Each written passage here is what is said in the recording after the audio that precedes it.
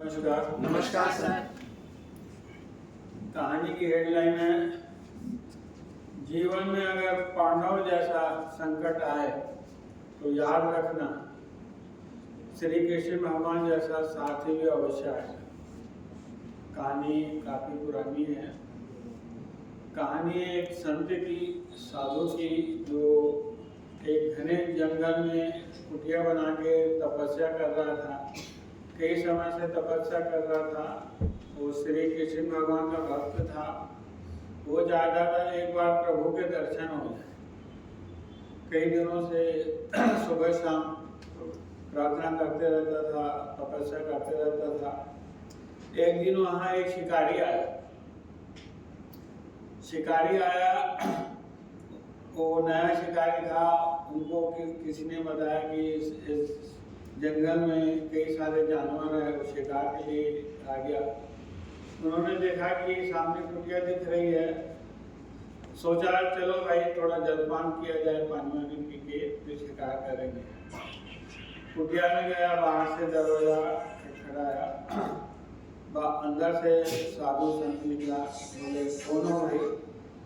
उन्होंने सीधा सीधा बता दिया, भाई मैं शिकारी हूँ और शिकार के लिए आया हूँ। ये किसी ने बताया कि इस घने जंगल में कई सारे जानवर हैं, मगर आप कौन हो?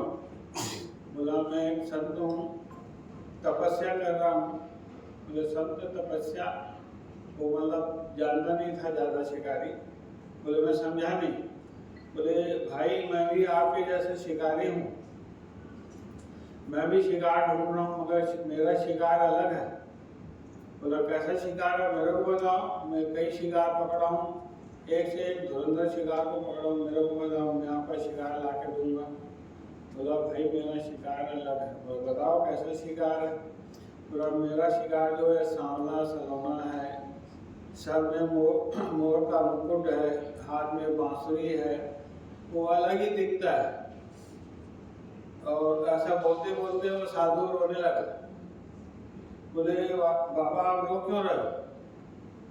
मैं प्रतिज्ञा लेता हूँ कि जब तक आपका मैं शिकार नहीं पकड़ूंगा, मैं एक अन्न दाना नहीं लूंगा, पानी नहीं पीऊंगा। मैं यहाँ भोजन करने के लिए आया था, पानी पीने के लिए आया था। अब पहले मैं आपका शिकार करूंगा, उसके बाद मैं अन्न का दाना लूंगा। वो बड़ी जाल लेके निकल गया जंगल में।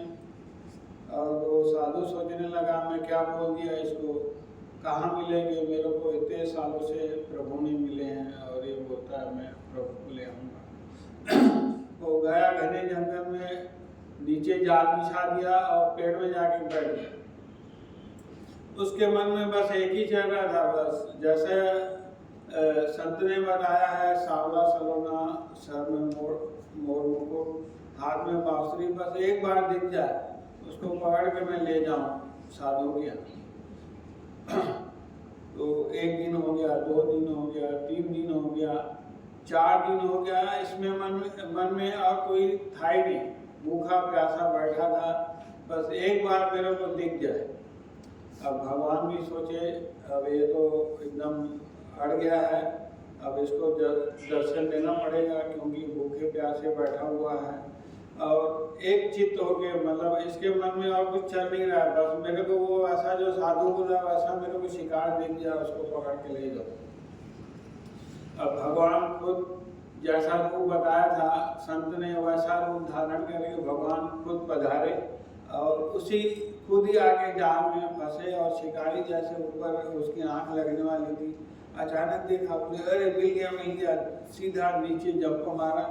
बोला अब आपको नहीं छोड़ूंगा मैं। जाल में बांध दिया, करने में ले गया। बोले बहुत दिनों के बाद मिले हो और साधु बाबा उधर आपके लिए तपस्या कर रहा है, रो रहा है, आप उसको मिल नहीं रहे, अब सीधा आपको वहीं ले जाऊंगा। सीधा कुटिया ले जाता है, दरवाजा खटखटाता है, बोलता जल्दी आओ बाबा आपका शिकार आ गया है।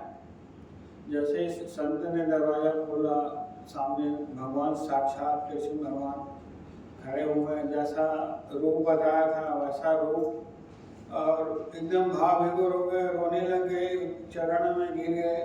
बोले प्रभु मैं इतना दिन आपकी तपस्या किया, मेरे को दर्शन नहीं दिए और इन्होंने 4 दिन की तपस्या में आप इसको दर्शन दिए।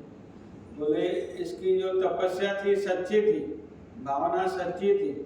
तुम जब तपस्या करते थे तुम्हारा ध्यान और कहीं भटकता था और कुछ सोते थे, मेरे को इसके लिए तो आना ही था।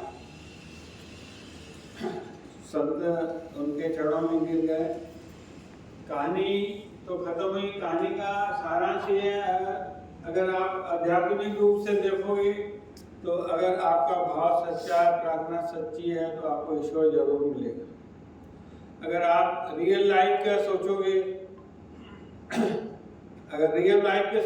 अगर आप तो रियल लाइफ में अगर आपका भाव सच्चा है तो हर काम अच्छा होगा।